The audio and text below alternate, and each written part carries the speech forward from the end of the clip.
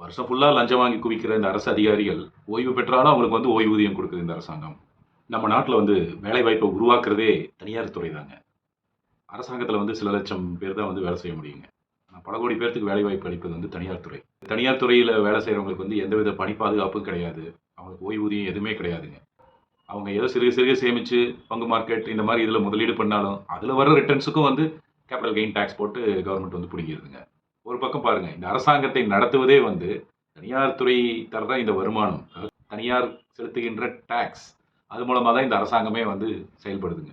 சில லட்சம் அரசு ஊழியர்களுக்காக பல கோடி தனியார் துறை ஊழியர்கள் வந்து உழைக்கிறாங்க.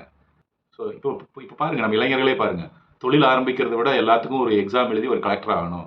ஒரு குரூப் 1, குரூப் 2க்கு போகணும். இதுல தான் வந்து ஆர்வம் அதிகமா இருக்கு. ஸோ புதிய பொருள்கள், புதிய கண்டுபிடிப்புகள், புதிய சேவைகள் எதுவுமே உருவாகாதுங்க. எல்லாருக்கும் அந்த எக்ஸாம் படிச்சு ஏதாவது ஒரு கவர்மெண்ட் வேலை. கவர்மெண்ட் ஆஃபீஸ்ல பியூனா கூட போனா போதும். ஏன்னா நல்ல வருமானம் இருக்குன்னு தெரியும். ஸோ இந்த ஆட்டிடியூட் வந்து மாற வேண்டும். தனியார் துறை ஊக்குவிக்கப்பட வேண்டும்.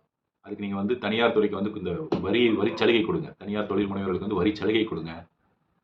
அவங்களுக்கு வந்து பணி பாதுகாப்பு, ஊழியர்களுக்கு வந்து இன்சூரன்ஸ் இந்த மாதிரி அரசாங்கம் ப்ரொவைட் பண்ணலாம். எத்தனையோ அரசாங்கம் பண்ணலாங்க. அதை விட்டுட்டு அரசு ஊழியர்களுக்கே மேலும் மேலும் சலுகைகள் கொடுத்து அவங்கள சந்தோஷப்படுத்திட்டா போதும் அப்படின்னு நினைச்சிட்டு இருக்காங்க. இது ரொம்ப தவறான அப்ரோச்சுங்க. நல்லா ஞாபகம் வச்சுக்கங்க.